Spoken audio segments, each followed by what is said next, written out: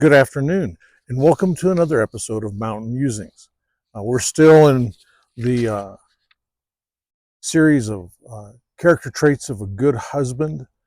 And if you'll remember, I got these from women when I emailed a group of women who I think have good track records in marriage, and I asked them what the character traits that they looked for uh, in a good husband. What made their husbands good and worthwhile. And so we're looking at those. And this week we're looking at the willingness to fight for your family. This is episode number 5. This is an issue that is near and dear to most men's hearts. When I was in the Army as a young captain, I was for a while assigned as the logistics officer, or the battalion S4, for a signal battalion. Now, I'm not a logistics officer by trade. I'm a signal officer. Yet the Army expects all its officers to be able to adapt and learn and overcome, to be able to learn quickly, to learn on the fly. And so I found myself responsible for all the logistics in a battalion. And that meant everything from maintenance to supply to all the budgetary concerns.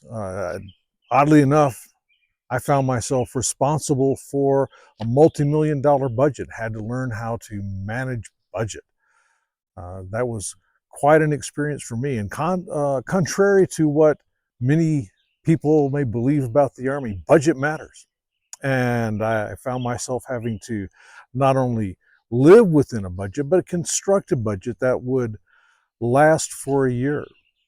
So this was a tremendous learning experience for me. And while I never became a budgetary guru, I did enjoy the job. Found myself responsible for taking a trailer out to the battalion picnic, a big, huge, just really large trailer that was a grill, this big, giant grill. And I was responsible for making sure that it was there and all the food and so forth was there for the battalion picnic. And a friend of mine and I, another captain, we were hooking the trailer up to my pickup, my personal pickup. And the battalion commander happened to walk past. We were captains, he was a lieutenant colonel. And he stopped and watched us grappling with making sure that this military trailer could hook up to a civilian truck without any problems, especially making sure that the tail lights and turning signals all worked, because I didn't want to get pulled over by the military police going out to the picnic area. And we were putting this all together, sorting out all the different things, and the battalion commander watched. And about the time we came to an end, he made the comment, "You guys look just capable, and I'm glad that we have capable men who are taking care of this for the battalion picnic." And he walked off. And I remember wondering then, as I still wonder now today, what made me look like a capable man? I enjoyed the compliment.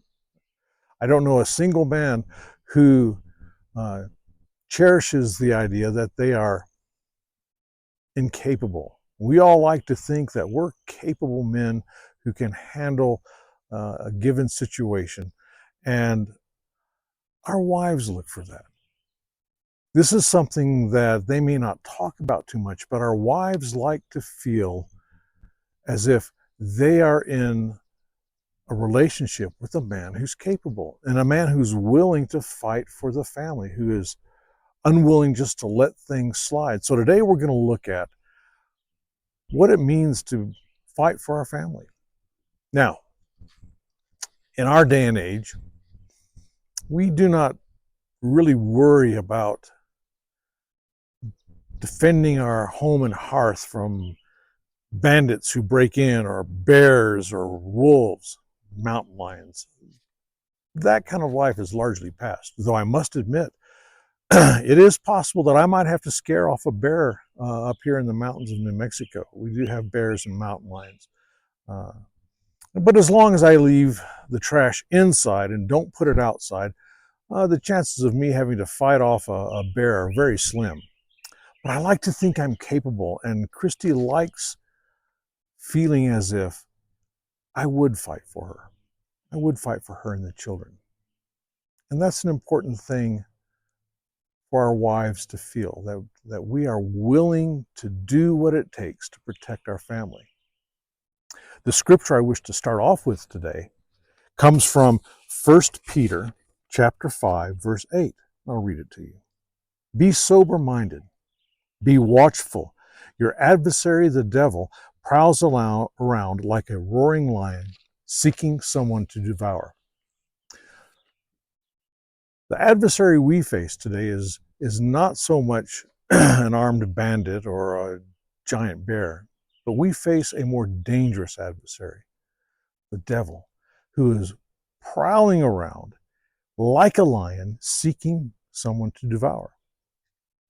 So today I want to look at what this means spiritually, and I want to look at three things. Are you willing to fight the battle of time? Are you willing to fight the battle of influence? And are you willing to fight for your family's emotional and spiritual well-being? Those are three things that have not changed since Adam and Eve left the garden. We are called to fight in these arenas. So we're going to look at that today.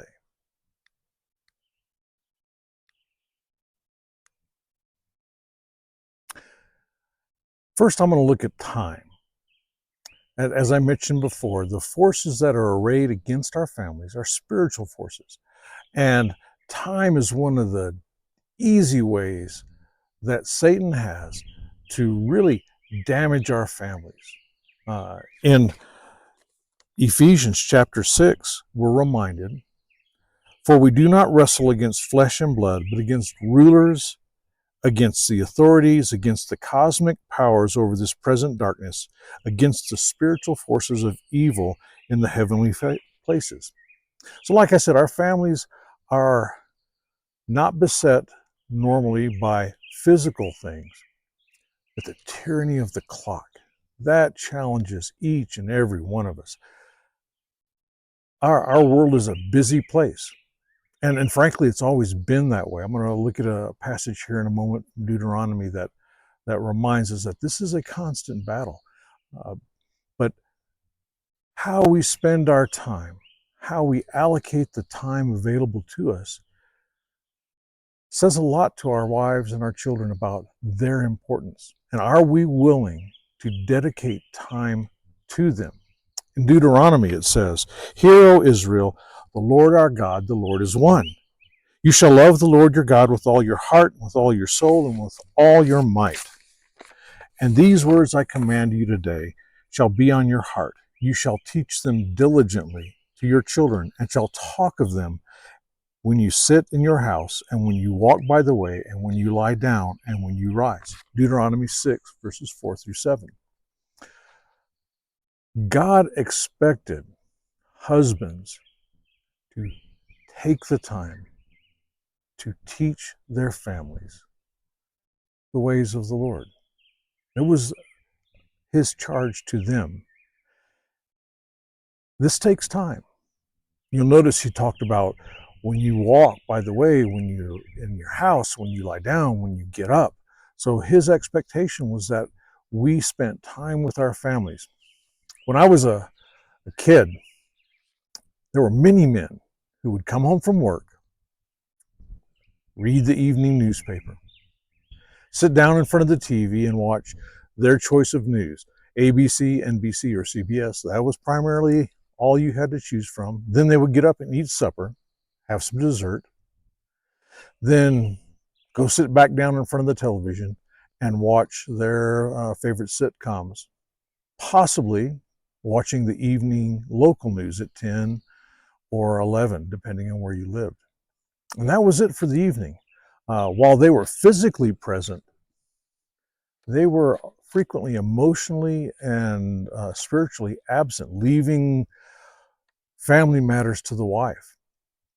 You often heard the phrase golf widow or sports widow, and these were phrases that we used to describe wives that really had absentee husbands. They spent all their free time engaged in uh, golf or some other sporting event. Things haven't changed. We have many things that we want to devote our time to.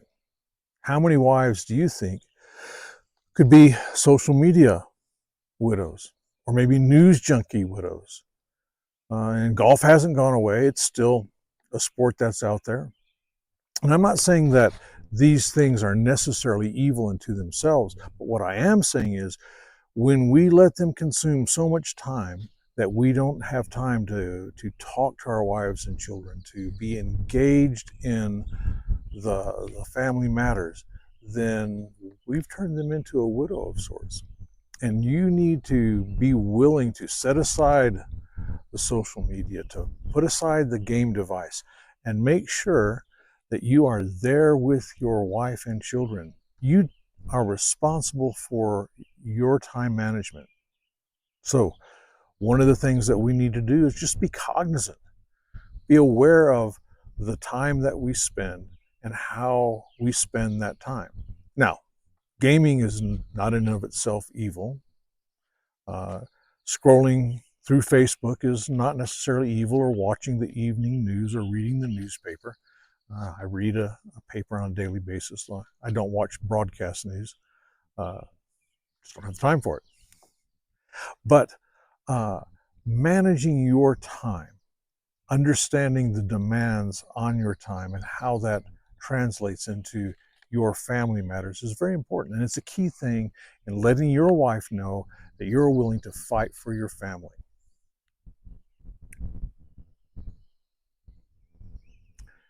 In Ephesians, we read, "Look carefully how you walk, not as unwise, but as wise, making the best use of the time, because the days are evil.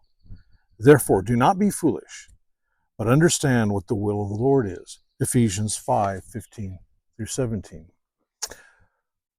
When we're managing our time and we're thinking about how we use the time, we need to be wise. Not everything that is good is needful. There are some things that are perfectly fine. It's great to have a hobby. But if that hobby comes between you and your wife, then you need to make an adjustment to make sure that she comes first. Playing sports, being part of a softball league, there's nothing wrong with that. But if that becomes the primary focus of your life, then you need to reassess the situation. You need to be wise, walk wisely. And that's what God calls us to do. There are a lot of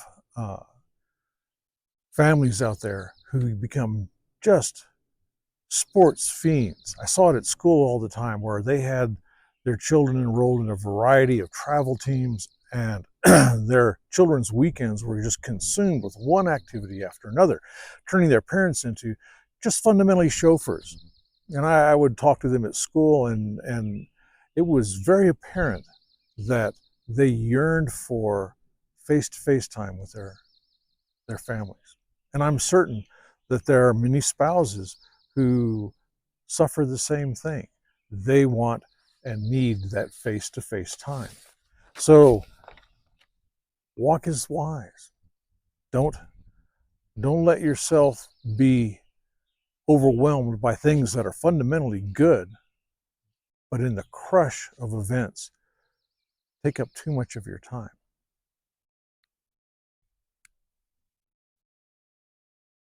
In 2 Corinthians, we read this interesting and important passage. "For though we walk in the flesh, we are not waging war according to the flesh. For the weapons of our warfare are not of the flesh, but have divine power to destroy strongholds."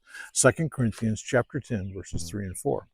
The second area that I want to think about today is fighting the fight of influence? Who is going to have influence in my house? This is an important thing. Many of us let our culture make the decision as to what we're going to watch, the various media that we will consume, whether it be music or movies or books or other forms of entertainment. We just kind of let culture determine, well, this is what they're putting out on Amazon Prime, and Paramount Plus has these things. And we don't act as the primary screen for our family. One of the things that we just absolutely have to do is perform the function of screen. You are the filter through which culture must pass to get into your family.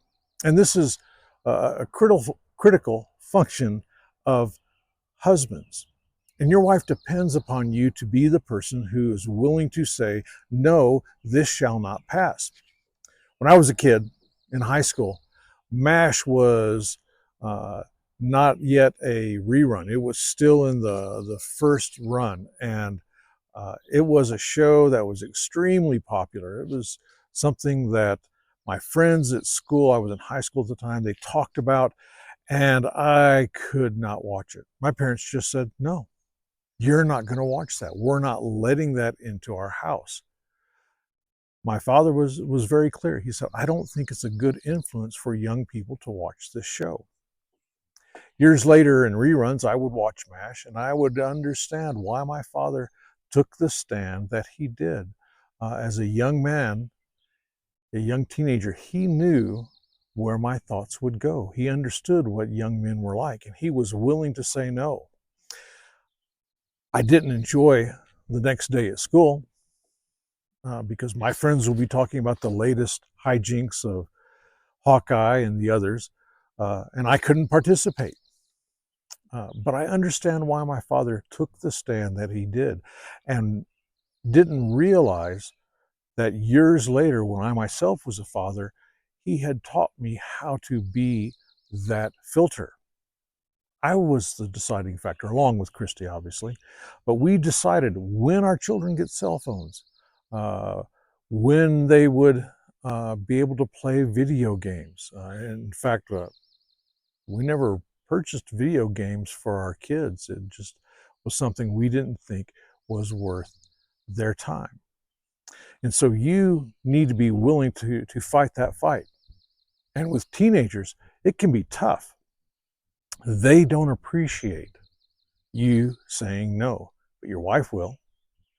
She will recognize the love that you're showing, the care and concern that you're displaying, your willingness to fight and stand in the gap for your family. And that's really what we're talking about, standing in the gap, saying, no, this shall not pass. During the Cold War, when I was stationed in Europe, we all understood what the Fulda Gap was. And the Fulda Gap was a spot that Soviet forces would have to pass through. And we had arrayed our forces and made our plans that we would stand in the gap.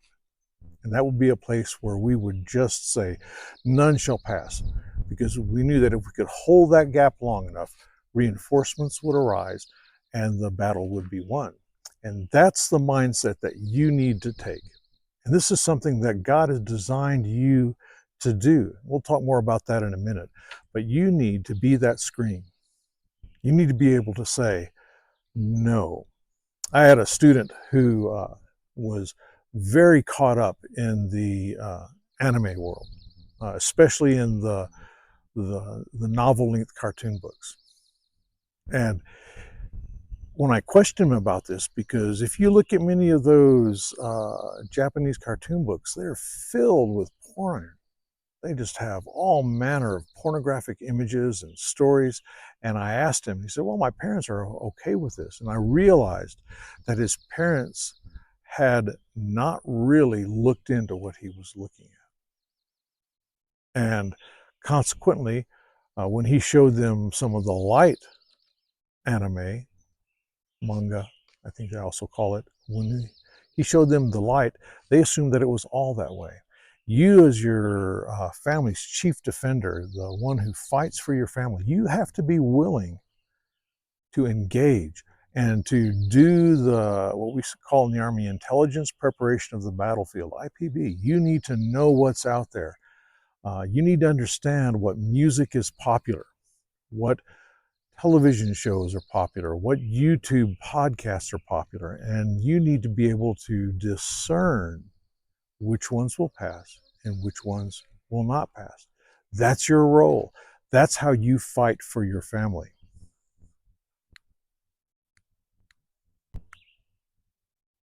The last thing that I want to look at is fighting for the spiritual and emotional well-being of your family.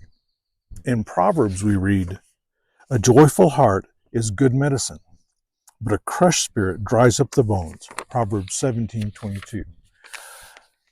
This is one that often we don't think about. But you set the tone for your family. Is your tone positive or is it negative? Do you respond well to crisis or do you respond negatively to crisis? If you have a bad day, does your entire family have a bad day?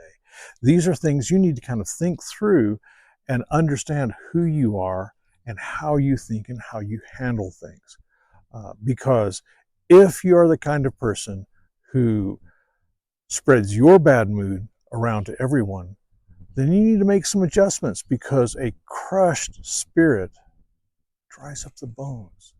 So you don't want to be the source of crushing in your family. So that means not only do you have to maintain your attitude, but you also have to be sensitive and aware of how your family is handling things. Because this world's a tough place. It's tough for all of us. It's tough for you. It's tough for your wife. It's tough for your kids. They're all going to come home from time to time having had a dirty, horrible, rotten day. How you handle it makes a difference. And that's where you have to gird up your spiritual loins and learn how to be positive in the face of adversity. If you are positive in the face of adversity, if you help them see the long game, then you're like a breath of fresh air. As I'm saying this, there's a cool breeze blowing across my back and it feels great. When you manage to maintain a positive attitude, even when things are, as they say, going to hell in a handbasket, you help your family. You make them better. And this is an important role. And I'm not talking about being rah-rah. Sometimes things are bad. And we have to deal with that. People fail. Sometimes there are consequences. But you need to make sure that one of the consequences that they feel from you is not unforgiveness. Remember, God is quick to forgive. In Jeremiah, he says, "I will cleanse them from all the guilt of their sin against me, and I will forgive all the guilt of their sin and rebellion against me." Jeremiah 33:8. This is an important thing. When our families make mistakes, when things go badly, how we handle it is important. And you need to fight through the urge to censure, the urge to belittle, the urge to lecture and hector. You need to fight through and develop the skill set in which allows you to come along beside and say, "Hey, I understand. That was not a good thing. What are we going to do to make sure that doesn't happen again?" You need to help them. They most likely are going to beat themselves up. People know when they've made a mistake. God built guilt into us and they're going to feel that. What they need from you is reassurance of your love, your care, and your concern. And that can be hard, especially when things are going badly. In the Army, we have a saying, "I'm hip deep in hand grenade pins and putting rounds down range." And you need to embrace that. You need to embrace this concept that you are fighting for your family. God built you to do that. He designed you to engage in that, and that's what you need to do. You need to be that positive force that says, "Hey, I understand things are going badly. Maybe I lost my job, whatever. I understand that, but we're going to get through this. We are together as a family. With God's help, we will surmount.